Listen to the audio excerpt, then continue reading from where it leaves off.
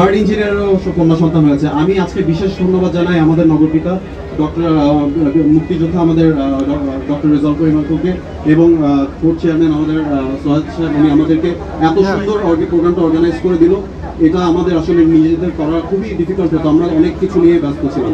তো অসংখ্য ধন্যবাদ আপনাদের দুজনকে। স্যার আপনাদের সবাইকে অসংখ্য ধন্যবাদ যে আপনারা আমাদের ডাকে সাড়া দিয়ে এখানে এসছেন। আমরা ছোট্ট আকারে একটা আয়োজন করার চেষ্টা করেছি, কারণ আমরা মনে করেছি যে আজকের জন্য একটা খুব স্পেশাল দিন আমাদের চট্টগ্রামবাসীর জন্য, বাংলাদেশের সমস্ত নাগরিকদের জন্য, প্রত্যেকটা পুরো দেশের জন্য একটা সম্মানের বিষয় যে আমাদের একটা জাহাজ জলদস্যুদের হাতে বন্দী হয়ে গেল। হিস্ট্রিক্যালি ঐতিহাসিকভাবে কিন্তু জলদস্যুরা অত্যন্ত দুর্ধর্ষ হয় এবং তাদের কিন্তু কোনো বুক ঠিক থাকে না, কী হবে না হবে কেউ কিন্তু জানে না। আর সেখানে সোমালিয়া ওই উপকূলীয় অঞ্চলের জলদস্যুরা খুবই ফেরোসাস, এটা ওয়ার্ল্ড ওয়াইড সবাই জানি আমরা। তো সেরকম একটা জলদস্যুদের হাতে তারা আটক হলো আমাদের দেশে একটা জাহাজ, সেখানে আমাদের অত্যন্ত ভয় নাবিক যারা ছিলেন সেই জাহাজে, আমাদের জাহাজের ক্যাপ্টেন সাহেব শুরু করে সকল কর্মকর্তা ক্রু যারা ছিলেন তারা অত্যন্ত সাহসিকতা পরিচয় দিয়েছেন, বুদ্ধিমত্তার পরিচয় দিয়েছেন।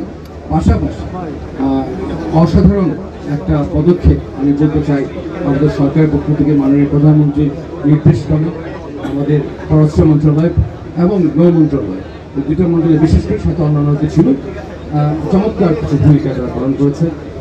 এর সাথে নৌবাহিনী সদর দপ্তর কাজ করেছে, গোয়েন্দা সংস্থাগুলো কাজ করেছে এবং আমরা যারা আছি বিভিন্ন নৌ মন্ত্রণালয় সংশ্লিষ্ট বন্দর, তারপরে আপনার ডিজি শিপিং, আমরা সবাই মিলে কিন্তু যার যার অবস্থান থেকে আমরা সবাই কাজ করছি। It was a team work under the leadership of honourable prime minister এবং আমার মনে হয় যে it was a very very successful একটা অপারেশন। আজকে সেই কারণে সবাই সুস্থ সুন্দরভাবে দেশে ফিরে এসছে, এটা আমাদের সত্যি আনন্দের বিষয়। যেহেতু শিপিংটা আন্তর্জাতিক নিয়ম মেনে চলতে হয়, আমাকে আন্তর্জাতিক অনেক কমপ্লায়েন্স, অনেক ধরনের রিস্ক অ্যাসেস করে ওই অনুযায়ী আমাকে কভারেজ দিতে হয়। তো যখনই এই ধরনের একটা ঘটনা ঘটেছে, যদিও বাংলাদেশ কমপ্লেক্সে র্যানসাম বলে যে শব্দটা আছে, মুক্তিপণ, এটা বেআইনি, কিন্তু পৃথিবীর অনেক দেশে এটা আইন সিদ্ধ। যেহেতু আমি আপনাকে বললাম ইন্টারন্যাশনালি আমাদেরকে ট্রেড করতে হয়, ইন্টারন্যাশনাল নিয়ম কানুন মানতে হয়, প্রতিটা কমপ্লায়েন্স ফলো করতে হয়। So we are always prepared এই ধরনের ঘটনা ঘটলে ওই ঘটনাতে কীভাবে রিয়েক্ট করতে হয়।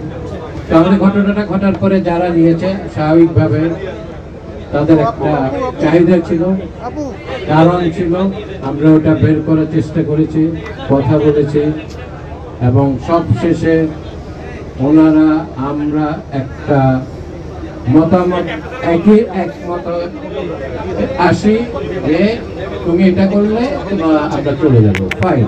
সম্পূর্ণ চেষ্টা ছিল, ওটা আমরা করতে পেরেছি এবং আল্লাহ যে আমাদেরকে করতে সাহায্য করেছেন, ওনার অশেষ রহমতে শুকরিয়া জানাই।